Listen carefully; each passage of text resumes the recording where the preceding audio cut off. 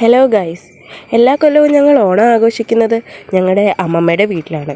ഇക്കൊല്ലവും ഞങ്ങൾ ഓണം ആഘോഷിക്കുന്നത് അമ്മമ്മയുടെ വീട്ടിൽ തന്നെയാണ്.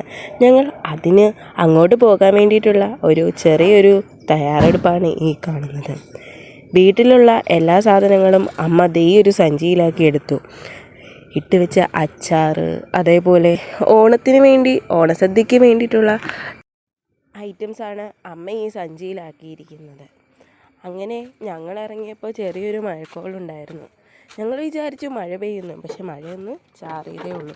അങ്ങനെ വീട്ടിലൊരു പട്ടിയുണ്ടായിരുന്നു, അവനോടും ബായ് പറഞ്ഞിട്ട് ഞങ്ങൾ ഇറങ്ങി. 1 മാസത്തിന് ശേഷം വീട്ടിലോട്ട് പോകുന്ന സന്തോഷമാണ് എനിക്ക് അമ്മയ്ക്കും. അതാണ് അമ്മയുടെ മുഖത്ത് ഈ കാണുന്നത്. അങ്ങനെ ഞങ്ങൾ പുറത്തിറങ്ങിയപ്പോൾ ഒരു ഓട്ടോ കിട്ടി. അങ്ങനെ ഓട്ടോയിൽ കയറി ബസ് കിട്ടുന്ന സ്ഥലത്ത് ആ ചേട്ടൻ കൊണ്ടാക്കി. ഓട്ടോയ്ക്കൊക്കെ ഭയങ്കര കത്തി ചാർജാണെങ്കിലും ഓട്ടോയിൽ പോകുന്നൊരു സുഖം അതൊരു വേറെ തന്നെയാണ്.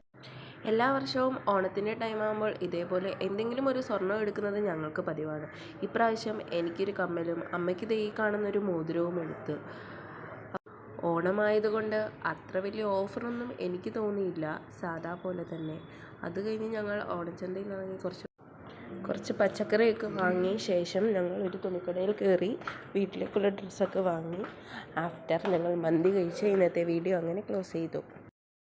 പിറ്റേന്ന് അങ്ങനെ രാവിലെ എണീറ്റ് ഓണത്തിൻ്റെ ദിവസമായിരുന്നു.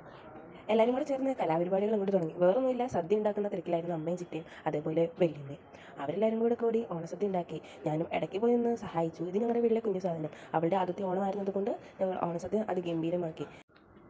ഇക്കൊല്ലത്തെ ഓണം എല്ലാ ദിവസം പോലെയാണ് എനിക്ക് തോന്നിയത്, അല്ലാതെ പണ്ടത്തെ പോലെ ആ ഒരു ഓണത്തിന് ഫീലൊന്നും കിട്ടിയില്ല.